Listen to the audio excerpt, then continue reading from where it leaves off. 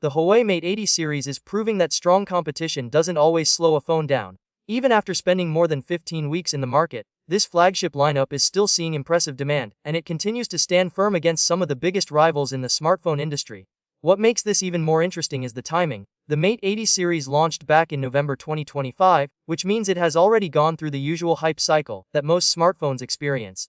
Typically, sales peak during the launch period and then gradually slow down as new devices enter the market, but that's not exactly what's happening here. According to data shared by a well-known tipster on Weibo, the Mate 80 series had a very strong start right from the beginning.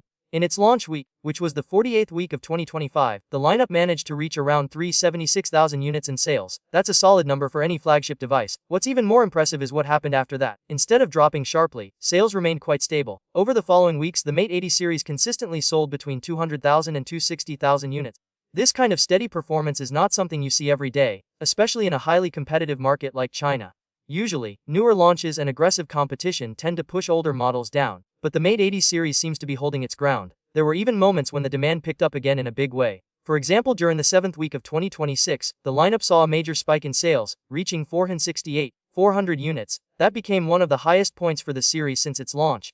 This shows that interest in the device didn't just stay stable, it actually grew at certain points. As of now, the numbers are still looking strong. In the 10th week, the Mate 80 series recorded around 680 units in sales, which keeps it well within that consistent performance range, and all of this has led to a major milestone. The Huawei Mate 80 series has now crossed 4 million shipments. That's a big achievement, especially considering the level of competition in the flagship smartphone space. Brands are constantly releasing new devices with better features, better cameras, and more aggressive pricing. Yet, the Mate 80 series continues to attract buyers. So the big question is, why? One reason could be Huawei's strong brand presence in its home market. The company has built a loyal user base over the years, and that trust plays a huge role when people decide to upgrade their phones. Another factor could be the overall experience that the Mate series offers. Huawei has always focused on delivering premium design, powerful performance, and advanced camera systems.